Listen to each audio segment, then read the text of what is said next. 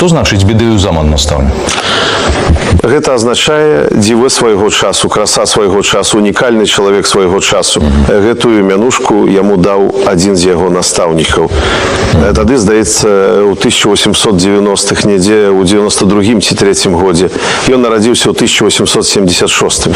Дарэчы, варта гэта згадаць. Так, і ў вёсцы Нурс. Ён нарадзіўся ў вёсцы Нурс, раёна Хізан, правінцыі Бітліс, пачаў вучыцца ў 8-9гадовым узросце, і ў кожным медрэсэ, куды ён прыходзіў, заставаўся на некалькі тыдняў ці месяцаў. Самы доўгі час, які ён правёў у адным медрэсэ, 3 месяцы. Цікава, чаму ён нідзе доўга не затрымліваўся? Вось пра гэта я і хацеў сказаць.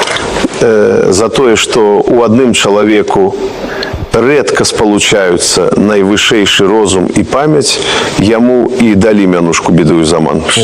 Тое, што ён вывучыў на памяць 90 кніг, вы ж і сам пра гэта казалі ў адным інтэрв'ю, і што ён паўтараў гэтыя 90 кніг, гледзячы на сцяну, і нават губернатар, у якога ён жыў, калі заходзіў, думаў, што ён належыць да нейкага тарыкату і чытае малітвы, так? Вывучыць на памяць 90 кніг. Так.